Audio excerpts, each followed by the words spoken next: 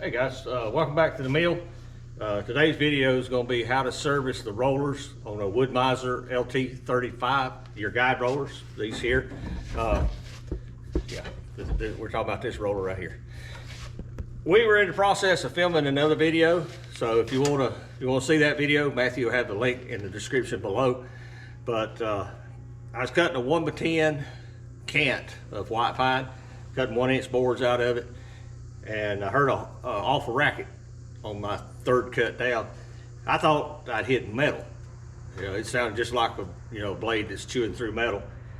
But I watched the cut and I never seen the blade deviate, but the sound never got any better.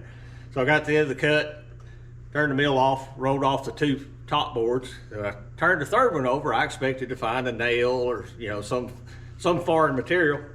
Didn't find anything, and the cut was perfect. I'm looking at it right now, it's gorgeous. So when that happens, you go to step number 2. Come over here, take the tension off the blade, and first thing to check is normally the guide rollers, because they wear out quite a bit. So if you can hear this one, it's making a roaring sound. You can imagine that running at 3,000 or 4,000 RPM. And while we're in here, it may actually be this one. One of them's failed drastically, but they both don't sound the greatest. So we're going to take both guide rollers off and we're going to put new bearings in them. This does not require a change in the setup on the mill because the bearing is still tight. So all we'll do is we'll take this one off, repack the bearings, and we'll put it right back on. The mill will be in spec where it's at currently. We'll do the same thing with this one. Now, if you take those two bearings off and reverse them, you've created a problem. Now you need to go back and reset up your mill. But we're not going to do that. We're going to take one off at a time, replace it, the bearings, and put it right back in.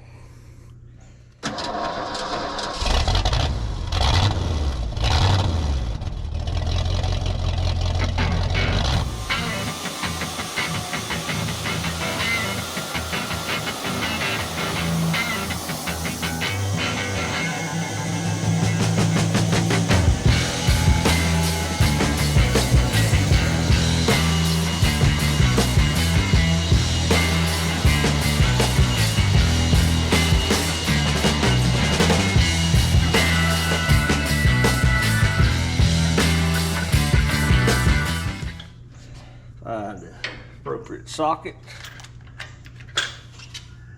There we go. These are not hard to work on.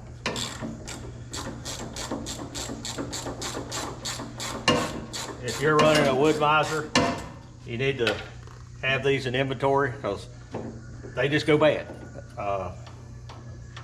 They're not made in America. They're made somewhere else, and they're going to fail.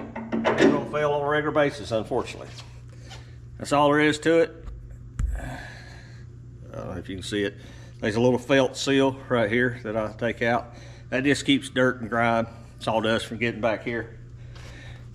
We have a snap ring that will pop out, and there's also a guide bushing on this side. I don't know if you can see it. It goes in right here on the front, and behind that guide bushing will be another felt seal. So that's it. We'll take that snap ring out. I'll take a appropriate size socket and we'll just drive it right through. I'll go ahead and grab that socket, take it with me. Not to be one bigger than that. Let's try this one.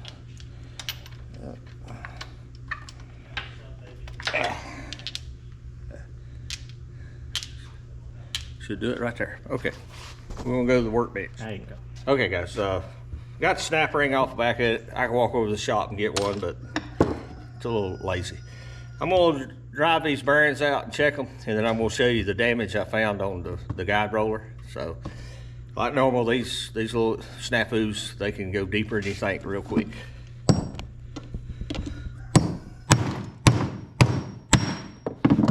There we go. Drove out both bearings. I know you can't hear it, but I can feel it. The rollers inside are gone. But let me show you the damage. Look right here where it started wearing. closer. It's actually got a flat spot on top, so apparently this locked up and it created a lot of damage. So we're going to replace this part. I have spare ones around.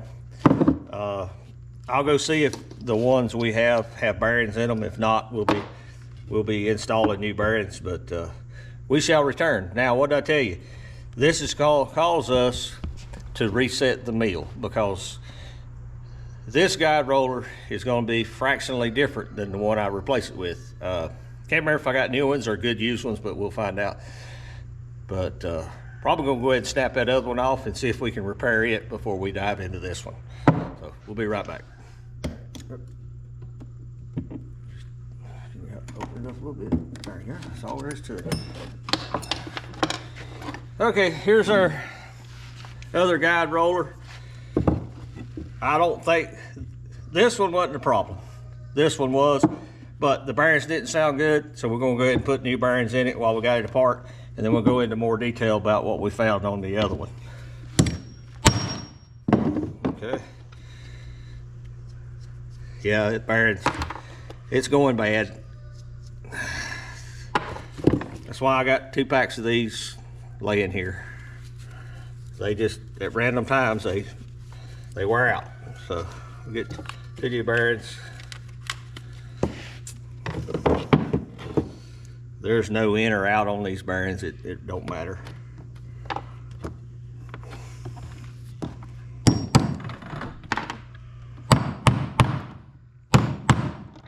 There you go. Make sure you get the first one seated in the bottom. Then we'll go install the second one. There we go. I'm going to visually inspect and make sure I got enough room to get the snap ring back in it, which I do. And we'll just slide it back in. Don't take near as much force to get it back in as it did to get it out. Okay, that bearing's repaired. We're gonna grab some parts and we'll meet you back over to the mill. We're gonna go ahead and install the, this is the driven side roller. So it's gonna go back on here. There's nothing wrong with it. We'll reinstall my felt seal. Put it back on there. Put the front felt seal. Once I get back. Yeah. Front felt seal, and then this little spacer. It all gets compressed in there.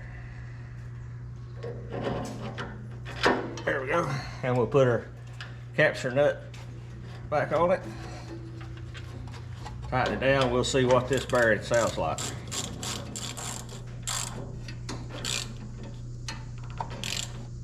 There we go. Sounds much better. Okay, now to the other side. Let's start off by saying this is a cage. I believe WoodMizer's proper term for it, and it has a semi-captured nut or bolt in the back of it. It's got a spot for it to lock in. It has a little movement in it prior to being tensioned. This is the one that's on the machine. It's been on here. I believe this is the original one. Yeah, it's gotten a lot of wear. What happened some time ago, the other cage got damaged. I don't remember how. It's been quite a while ago. I went to order a cage for it, and they were back ordered. Luckily, I had one. It wasn't a great one, but it was good enough to get by with. Yeah, we brazed it back together. Yeah, we brazed it back together to keep working. And matter of fact, we haven't changed it yet, but I got 2 spares sitting over there in the box ready to change the driven side. The drive side, I just went ahead and ordered one because it's good practice. It was 3 weeks getting these, because they actually had to make this part. They didn't have them in inventory. So we're gonna change this one out. It's just as simple. All it's got is a height elevation on top and bottom. And in doing so, we're gonna have to reset up our mill, because the up and down is gonna change, as well as your XY axis here is gonna change. So that's why we're doing it. I won't throw this away. We'll keep it. I got new bolts I could put in it, but we'll keep it as a serviceable spare. So that being said, let's get it off there. 9/16. Yeah.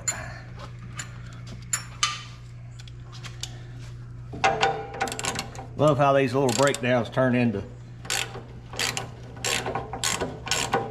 major malfunctions sometimes.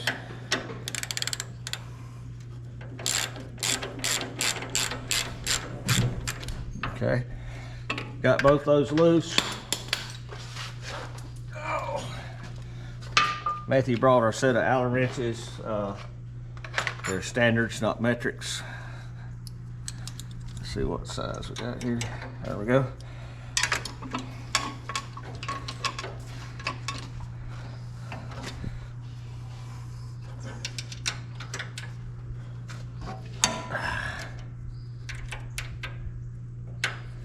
And like I say, this is going to completely mess up our height setting.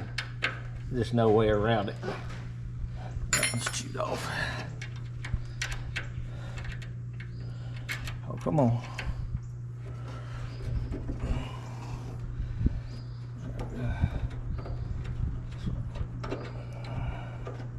That one's out.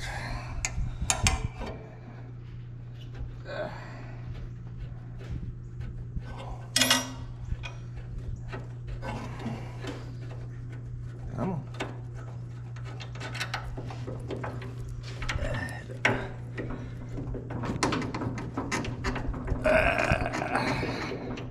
There it is. One cage removed. All our slop that we're receiving is just because of the wear. I could probably put a new bolt in it and get by with it, but we got a new part sitting here, so I'll keep this for, oh my gosh, we got to get something on there to get running. It's perfectly serviceable, but we run this mill every day. There's no excuse for not having good quality parts on it unless it's, you know, emergency situation. So we're gonna reinstall this and go back to setting the mill up, and we got to go replace this guide roller as well.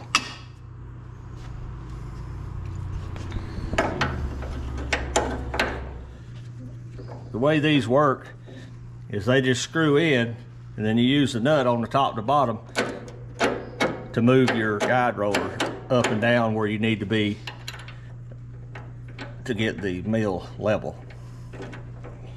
So we'll just loosely reinstall these because we're going to have to get this cant off of here and go back to setting our mill up. Just run these in till they just about bottom out. Of course, there's no room to get a ratcheting tool in there. It's either this or my fingers. It just got too tight for my fingers.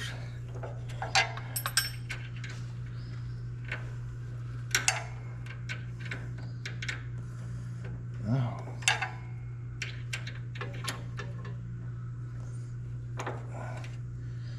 I can't emphasize enough, guys, if you're sawing more than just, you know, weekend warrior type stuff, gotta have spare parts, especially in today's climate. You know, you don't want to be down for 2 or 3 weeks waiting on this one little item to get back up to working, trying to make a little money. Okay, let me get the bottom one screwed in. They will meet in the middle and actually bottom each other out. So, okay. Need to. Okay. Got a 9/16 wrench. Yeah. Reach over and hold that. Let me back this screw up. Back this jam nut up a little bit. Okay, let's see if we can screw it in there a little bit till it bottoms out with the other one.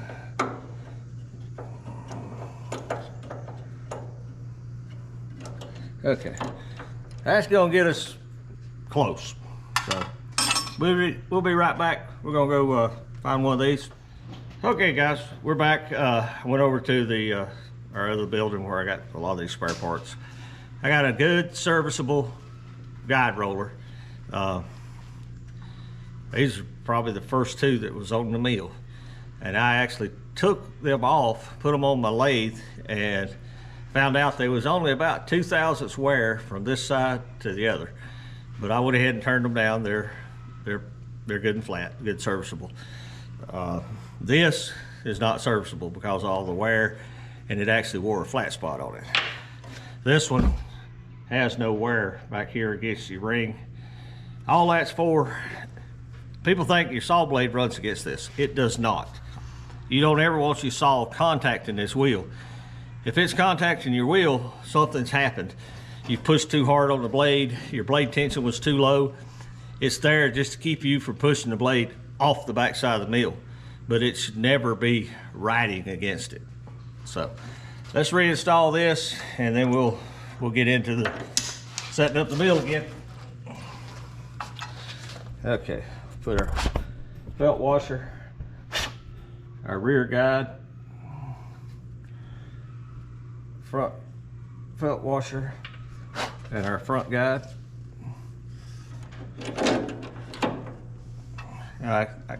This new cage, I got new bolts, and I went ahead and got new nuts as well. They're not that expensive.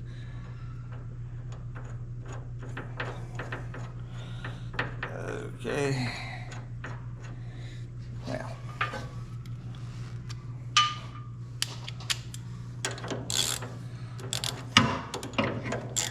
you can see how much movement's in that.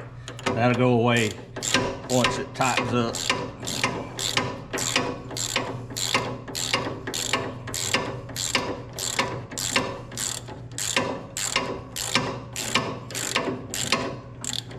There you go. See, the only movement now is in the cage itself, and that's because it's loose. It won't get tight until we set the height, but the bearing itself sounds good, feels good. It's actually got new bearings in it, so.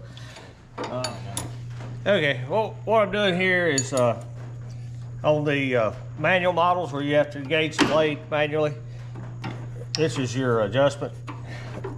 You periodically have to tighten this up as your belt wears. When it gets too easy to pull, it'll create slippage on your drive side, so you have to add a little length to it. That's what we're doing. It's a wear item. Everything on a WoodMizer needs adjustment occasionally.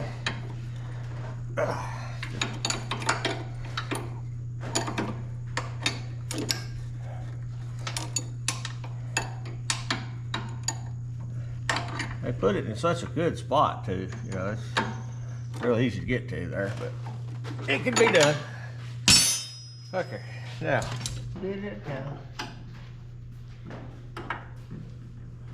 I haven't got it completely tight yet. Okay. That's 13 1/32, and that's 13 1/16. So It'll go down just a smidgen more. yeah, as I'm tightening it up, I should keep walking downhill just a little bit. Yep. That's a 1/16 inch difference. Before we go too far, I want to roll it down to the next bed rail and verify that. Because the bed rail could have moved. So we just roll that here, verify it. Okay, come back. There you go. That's dead on 13 to the bottom of the blade.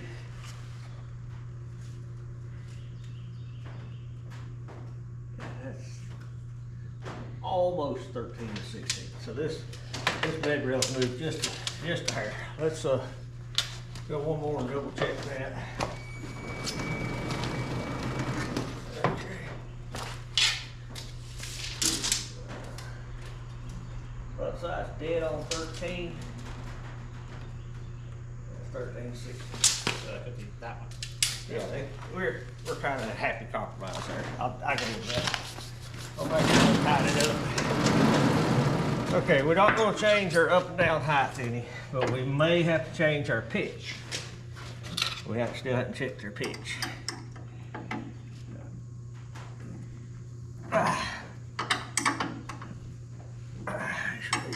Snug, holds it permanently in place.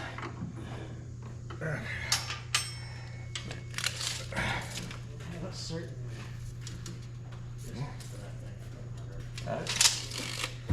Okay, long level, please. I want to buy a 6-foot level. Maybe even an 8-foot level one day. Okay.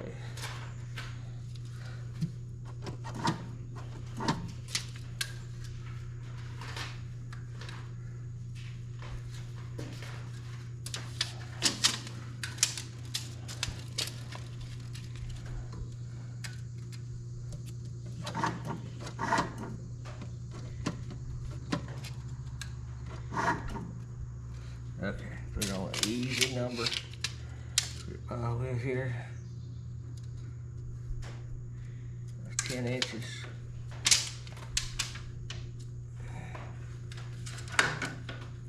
Okay, we got too much rise in it, Matthew.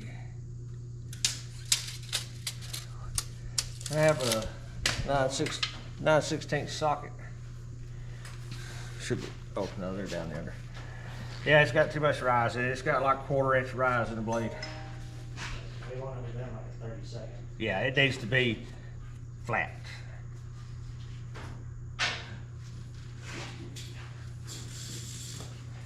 Yeah, these things are so tight. It's better off to undo them with a ratchet. Because we're gonna roll the head on if we don't.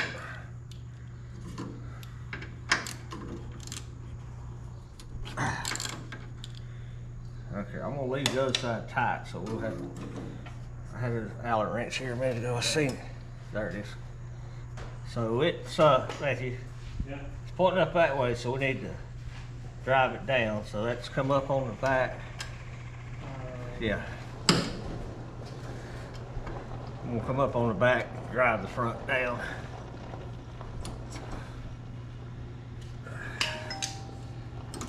The dirt.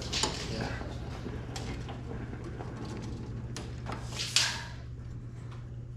Okay. Let's try it right there. I set the back exactly 10 and it's moved, so I need to come up just a hair. If we don't back up the pile over. Come on, fingers.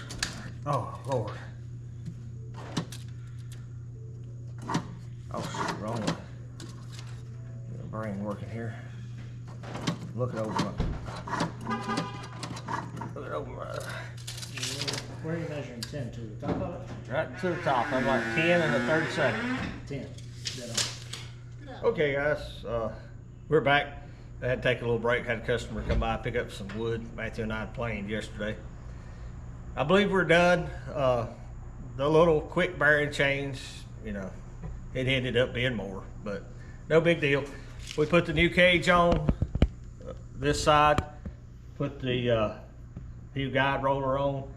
We had to come back in and change the elevation of the blade because it was actually pitching uphill about a 1/4 inch, so I had to adjust that back down. So the blade's cut and level, and then we checked our bed rail height, you know, the blade from the here to the bed rail on both sides, and it was a little too high, so we had to actually take the carriage and shove it down, what, about 1/16, 1/8 to get this running level with the bed. It's a very involved process. We've made several videos. If you go to our tech channel on our YouTube site, you can see this completely in depth where we go into a lot more detail on how to do it. I'm not going to do that today. Not going to bore you with it again, but not hard. If you got a WoodMizer and you got an owner's manual, you can figure it out. That's going to do it for today's tech tip replacing the guide roller. We appreciate you tuning in, and we'll see you back in the mill.